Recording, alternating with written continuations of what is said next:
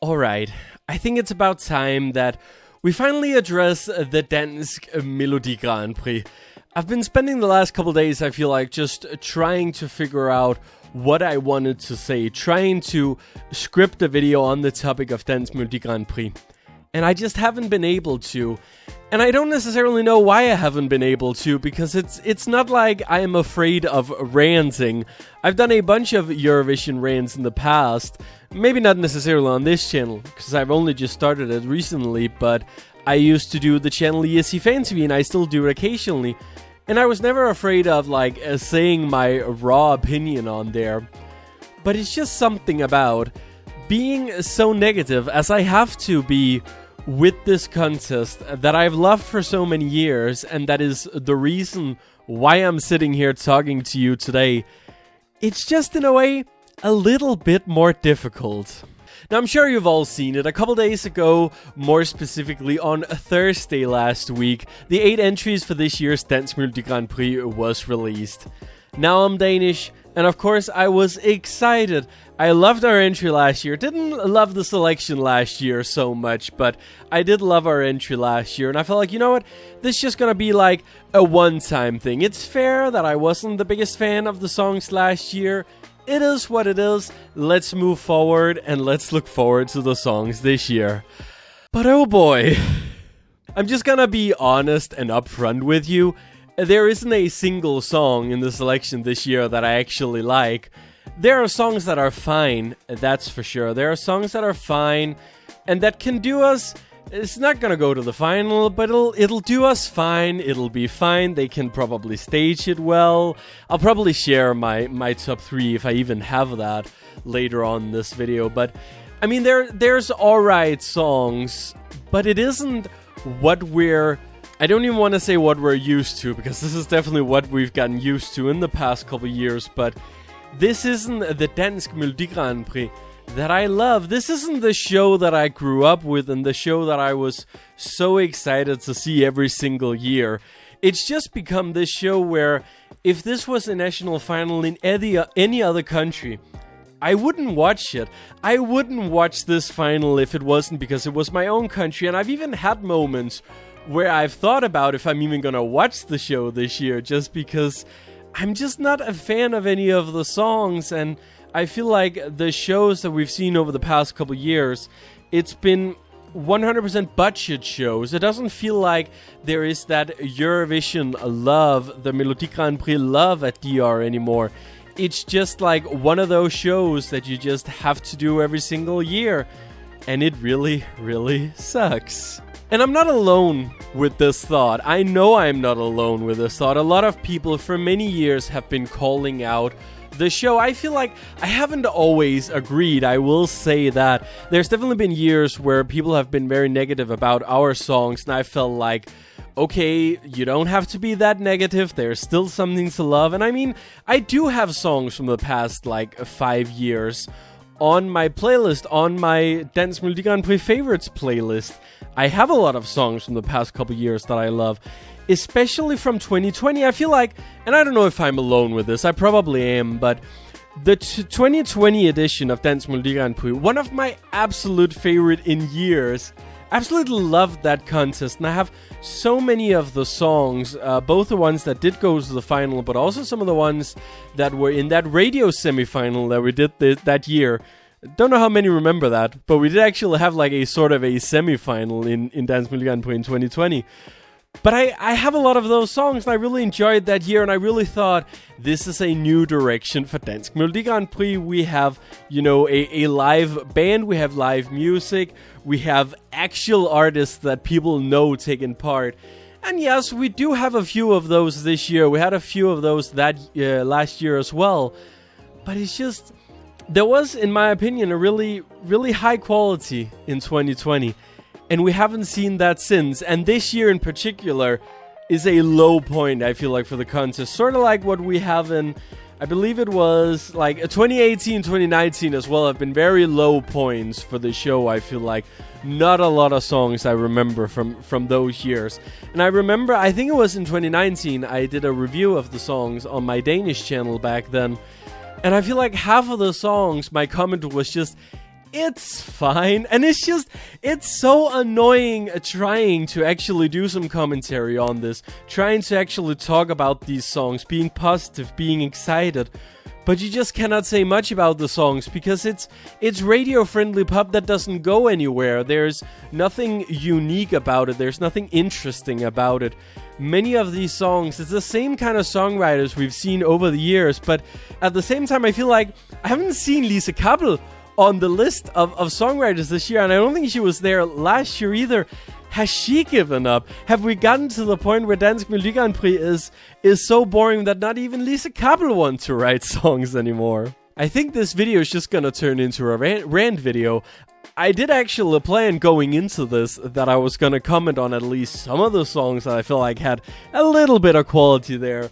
But that doesn't feel like that's the case anymore. This is a rant video.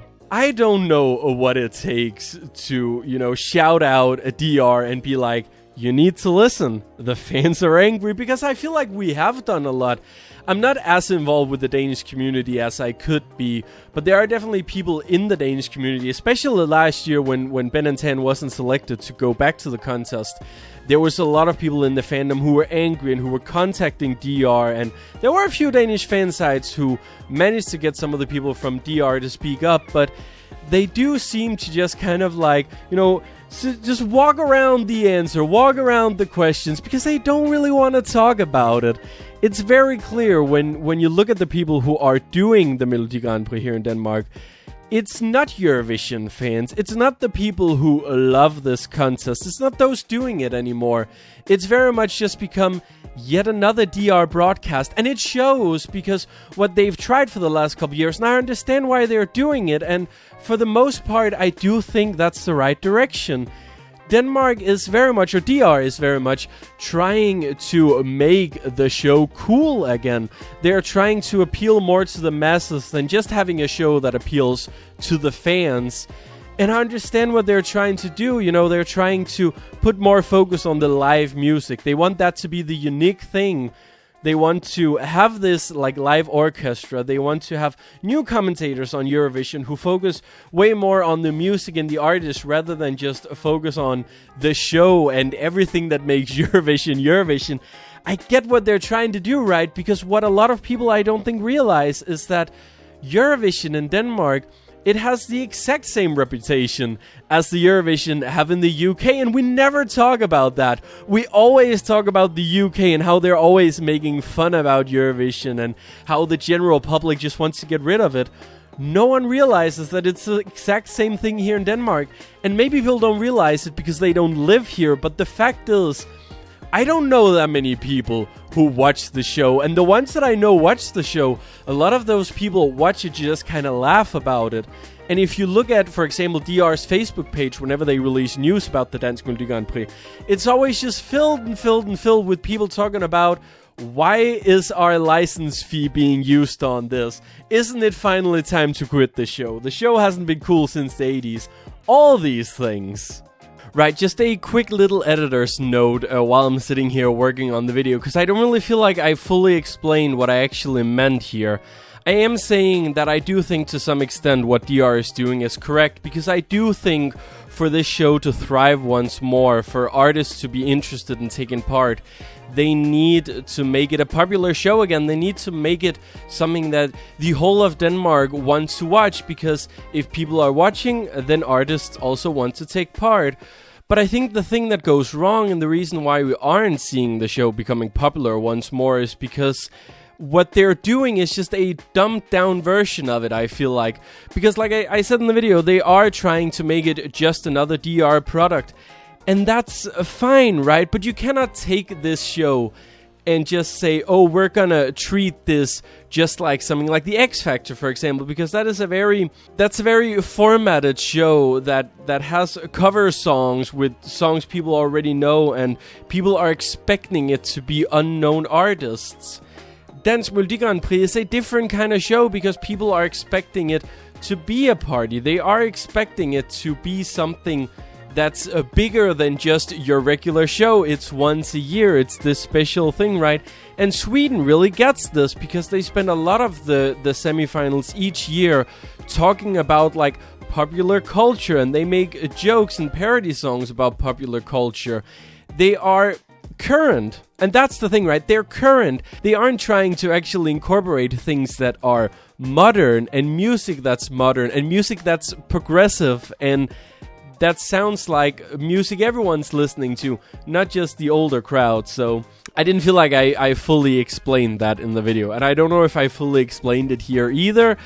I'm just trying to say that I think their efforts are just too small, because this isn't a format. This isn't something that you can just do in the same way with X Factor, where there's a bunch of rules and everything.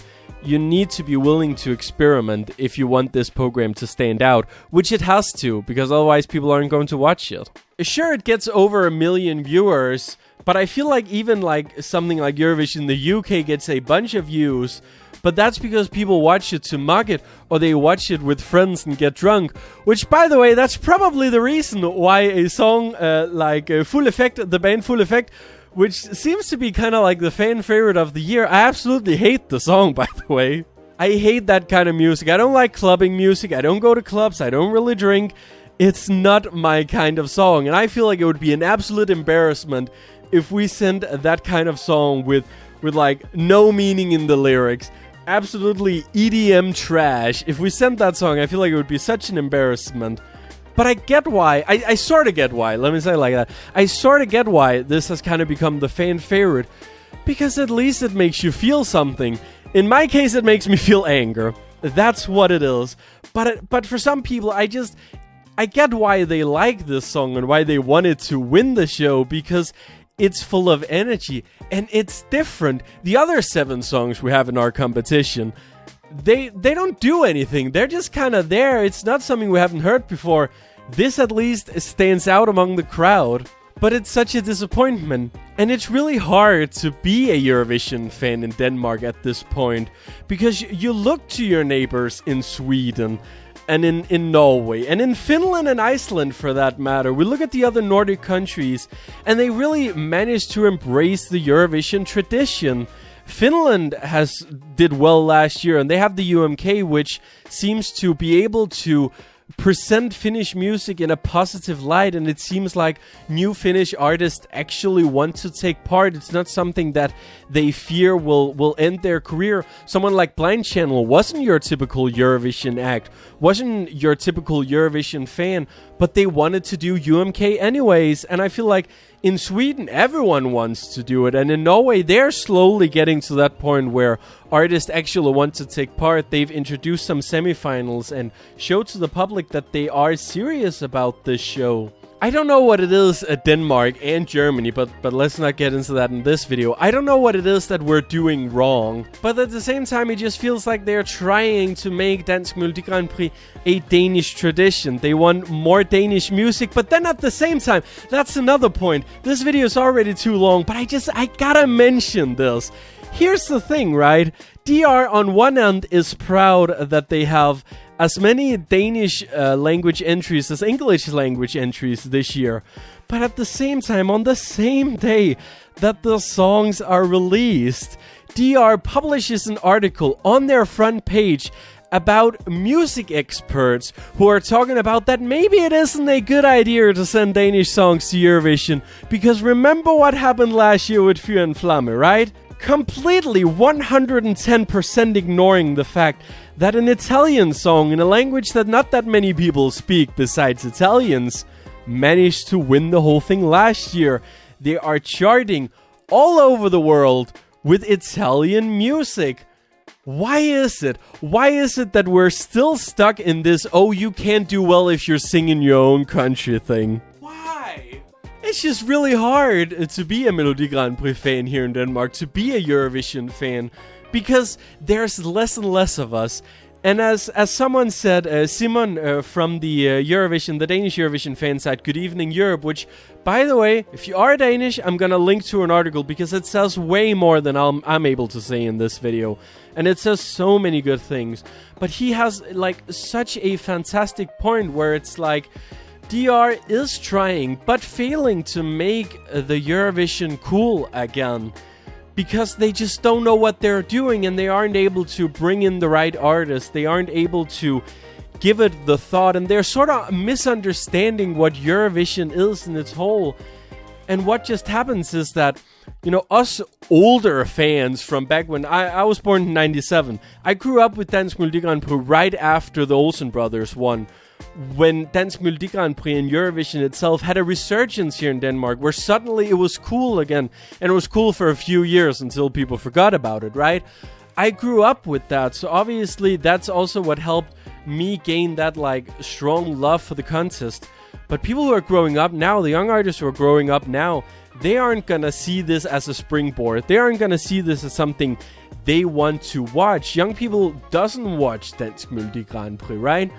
So once all of us oldies, and I'm even in the kind of like newer generation there, but the people who grew up during the 80s when Eurovision was cool here in Denmark, right?